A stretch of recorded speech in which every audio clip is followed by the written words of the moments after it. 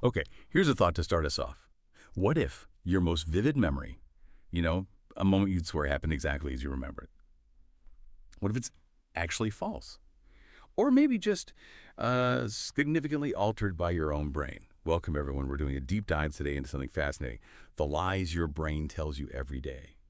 We're going to explore how our brains, kind of behind the scenes, engage in these subtle yet, well, incredibly convincing distortions of reality. And understanding this stuff is, honestly, it's crucial for you because it impacts pretty much everything, right? How you remember things, the decisions you make, how you judge people, even how you see yourself. So yeah, get ready. We're uncovering some hidden mechanisms of your mind today. All right, let's dive in. We often think of memory like a perfect video recording, don't we? You hit play and boom, there it is. Exactly as it happened. But what if that's not really, what if that's just an illusion? What's the real deal with how memory works? Well, that's exactly it. It is largely an illusion. Your brain isn't just passively recalling memories, it's actively reconstructing them. And here's the real kicker. Every single time you access a memory, you're not just replaying it, you're subtly, maybe unconsciously, rewriting it. Rewriting it. Yeah, Wow. it's like imagine pulling up a Word document, you make a few small edits, maybe change a word here or there, and then you hit save. The new version saves over the old one. Huh. So this happens with our memories, and it means even your most cherished recollections, the ones that feel crystal clear, can actually be quite different from what really happened. In fact, research shows this all the time. Two people can experience the exact same event and have completely different vivid memories of it, and neither is lying. It's just human memory. That's wild. Yeah. Just totally wild to think about. And, I've read about some pretty incredible research showing how easily this can happen. Like, even implanting memories that never happened at all. Exactly. You're probably thinking about the work of Elizabeth Loftus. Really pioneering stuff. Yeah, the Lost in the Mall study. Precisely. Her Lost in the Mall study is, well, it's a classic example. It showed just how surprisingly easy it can be to implant entirely false memories into people's minds.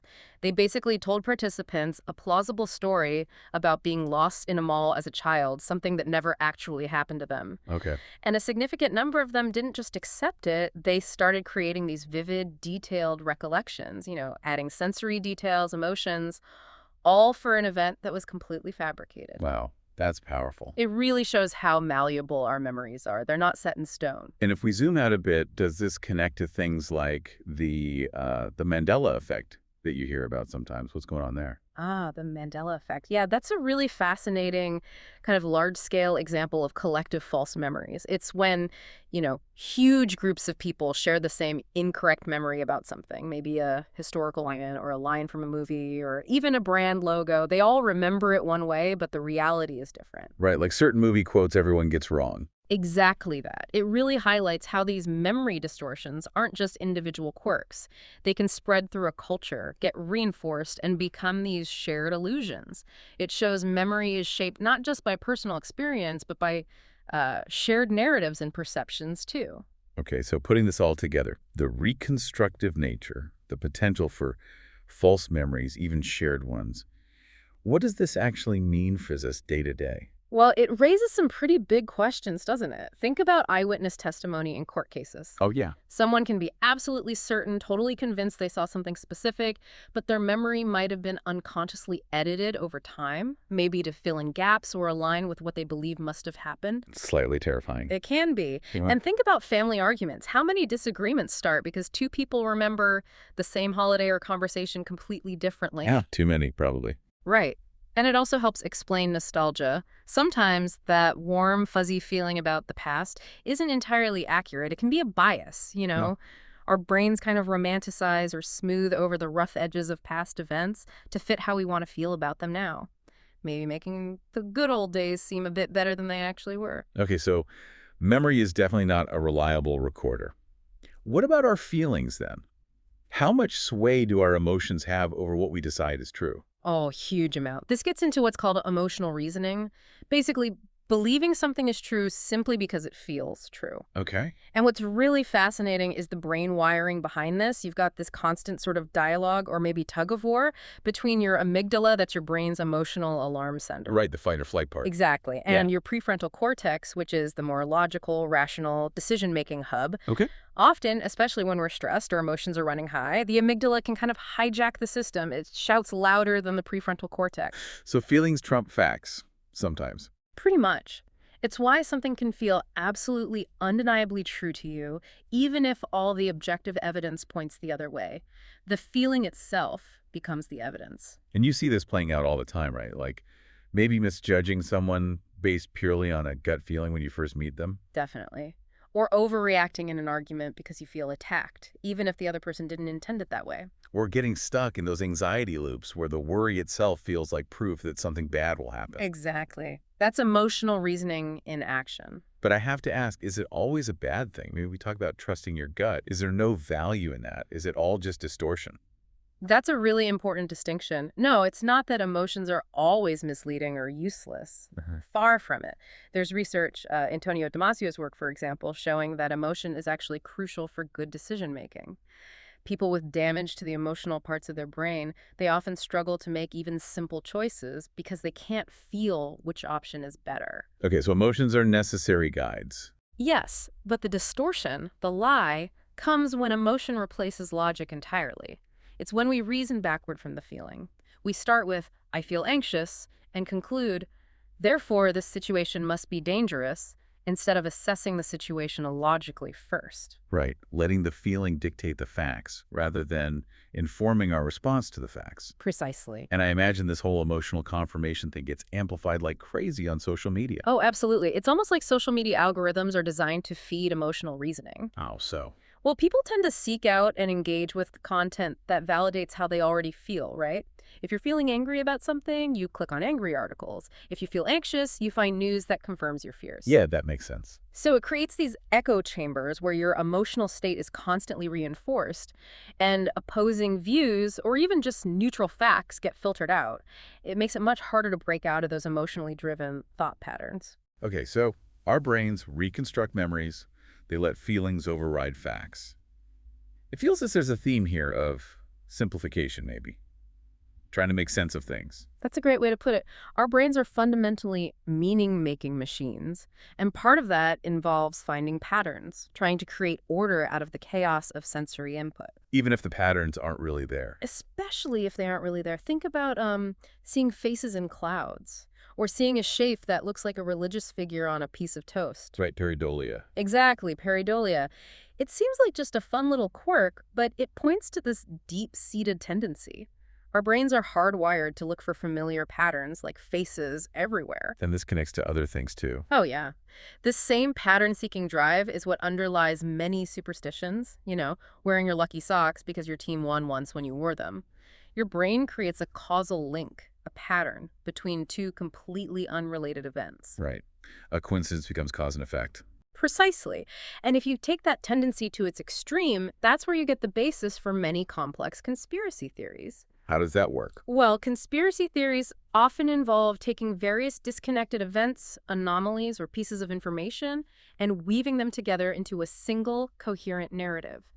They create a pattern, a hidden meaning that explains everything. Even if it involves ignoring contradictory evidence or making huge logical leaps. Exactly. The brain prefers the seemingly orderly, even a fictional narrative over messy, complex, or random reality. It's trying to make sense of the world, impose order, even if it has to invent the connections to do it. Fascinating. So the brain is making patterns, sometimes inventing them. And I've also heard it takes a lot of shortcuts in its thinking processes, mental shortcuts. Yes, absolutely. These are generally known as cognitive shortcuts or heuristics. Think of them as mental rules of thumb. They were famously studied by researchers like Daniel Kahneman and Amos Tversky. They even won a Nobel Prize for this work. These heuristics are incredibly useful most of the time. They allow us to make quick judgments and decisions without having to analyze every single piece of information, which would be exhausting. Saves brain energy. Exactly. But the downside is that these shortcuts are predictable sources of error, of distortion. They can lead us astray. Okay, so what are some common ones? Well, one big one is the availability heuristic. This is where your brain judges the likelihood or frequency of something based on how easily examples come to mind. How easily you can remember it. Right. So if you hear lots of news reports about, say, plane crashes, you might start to feel like flying is incredibly dangerous, even though statistically it's one of the safest forms of travel. The dramatic stories are readily available in your memory, so your brain overestimates the risk. Ah, okay. I can see that. Then there's anchoring bias. This one is really interesting. The first piece of information you receive on a topic tends to disproportionately influence or anchor all your subsequent judgments about it. So the first number you hear kind of sticks. Pretty much. Think about negotiating a salary or buying a car. If the seller starts with a really high price, that number becomes the anchor. Even if you negotiate it down quite a bit, you might end up paying more than you would have if the initial anchor had been lower because the final price seems reasonable in comparison to that first anchor. Right, it frames the whole negotiation. Exactly. And another really powerful one is the narrative fallacy. This goes back to our love of patterns and meaning. We have a strong preference for coherent stories over, well, messy facts. We like things to make sense in a story format. We really do. We're wired for narrative. So we often create or readily accept simple stories to explain complex events, even if those stories leave out crucial details or distort the reality. Think about understanding history, or even just the reasons behind a friend's actions. We often prefer a simple, easy-to-understand story, he did it because he was angry, rather than grappling with the tangled mix of factors that are usually involved. Okay, this is where it gets really interesting for me. Availability, anchoring, narrative. These aren't just lab concepts. How do these shortcuts actually, play out in our everyday lives? Oh, they're absolutely everywhere, all the time. Like where? Well, take business decisions. Anchoring bias can hugely affect negotiations, like we said, but also product pricing. How much you think something is worth can be heavily anchored by the first price you see. Right. The availability heuristic might influence investment decisions. If you keep hearing about a particular hot stock, it's readily available in your mind, making you think it's a surer bet than it might actually be. Okay, makes sense. What about, relationships? Definitely. The narrative fallacy is huge in relationships. When there's a conflict, we often create a simple story about whose fault it was, right? Yeah.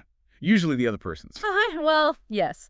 But that story often ignores our own contribution, or the complex interplay of communication breakdowns, differing needs, external stresses, all the messy stuff that doesn't fit a neat narrative. So we simplify it into a blame game.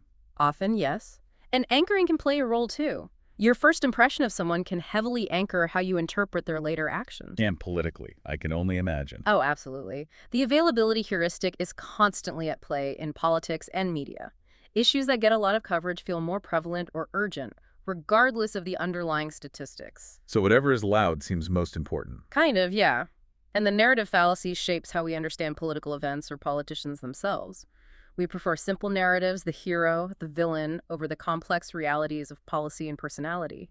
These shortcuts constantly shape our perceptions, our judgments, our decisions, often completely without us noticing. Okay, wow. So our brains are editing memories, letting feelings run the show sometimes, finding patterns that aren't there, taking mental shortcuts.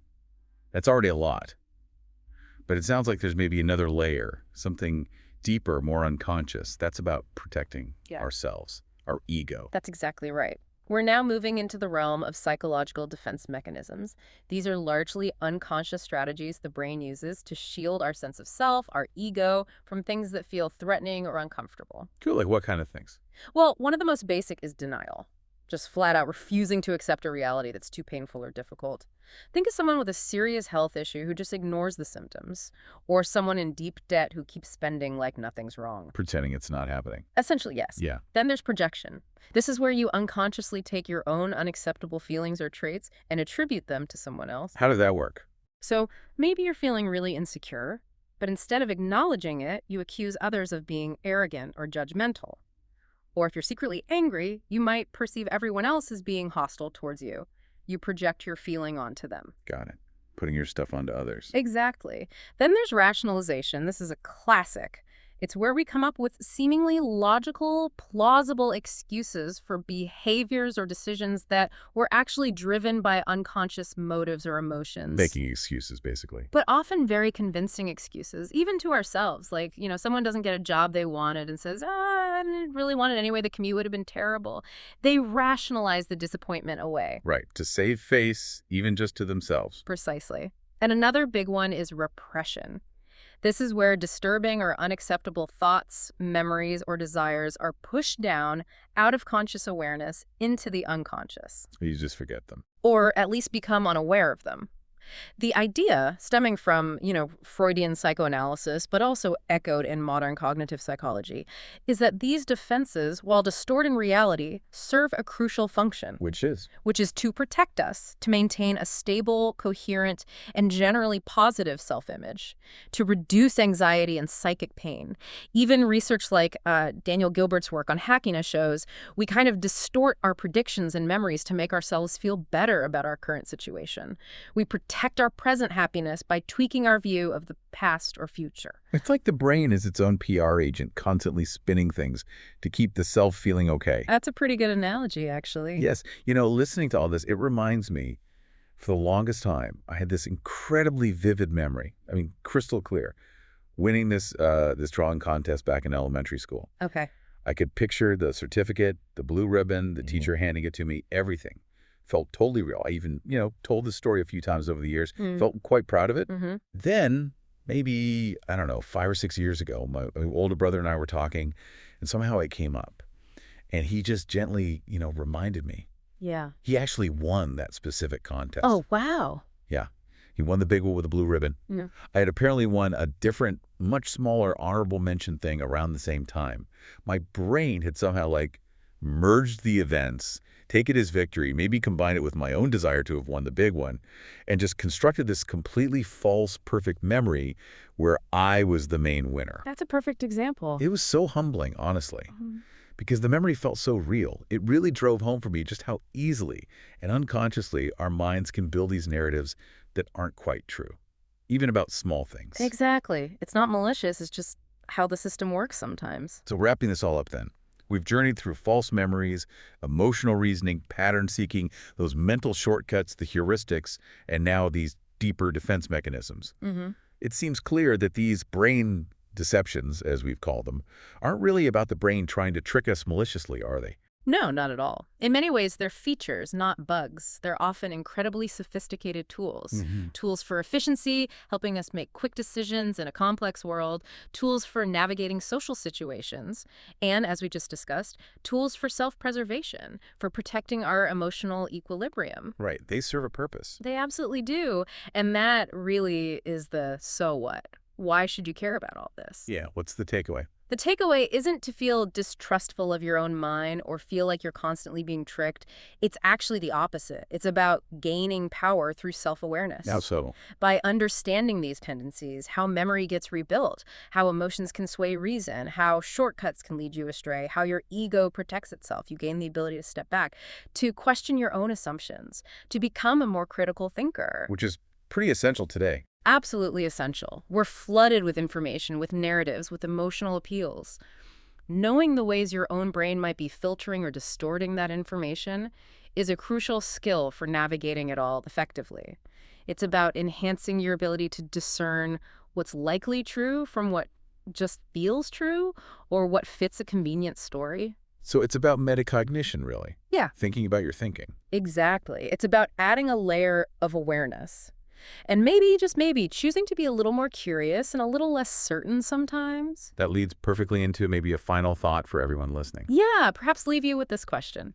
Knowing that your brain is constantly filtering, editing, and shaping your reality in these ways we've discussed, what's maybe one truth, something you hold as certain about yourself or about the world that you might choose to just gently re-examine? Just consider from a slightly different angle. Food for thought indeed.